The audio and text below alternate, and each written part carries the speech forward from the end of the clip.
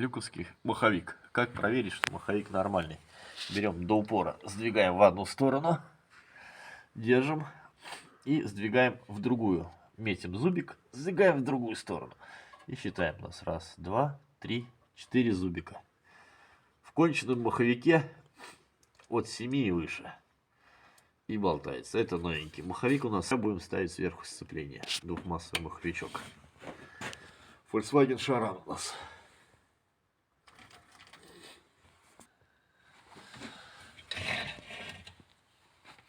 Будем ставить сцепление, корзина. Сейчас мы маленько жим.